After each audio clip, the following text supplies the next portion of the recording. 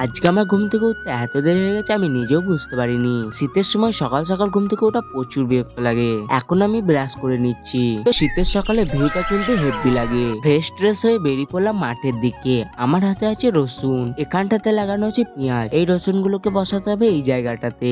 আমার জায়গাগুলো গর্ত করা হয়ে গেছে, এই রসুন গুলোকে ভরে দেবো গর্তের মধ্যে। তো আমার রসুন বসানো হয়ে গেছে, এরকম করে মাটি চাপা দিয়ে দিতে হবে। এই রসুনটা শেকড় বেরিয়ে গেছে, এখানটাতে গাছ বের হবে। আমার রসুন বসানো কমপ্লিট। আমি চলে আসলাম বাড়িতে। আমার দামি সাইকেলটা কোনো কন্ট্রোল নেই, বা হাড়গোড়ও ভেঙে গেছে। আর অনেক দিন হয়ে গেল ওকে ডাক্তারও দেখানো হয়নি। তাই আমি আর ভাই বেরিয়ে পড়লাম সাইকেলটাকে ডাক্তার দেখানোর জন্য। চলে আসলাম হাসপাতালে। আমার সাইকেলটাকে ট্রিটমেন্ট করা শুরু করেছে।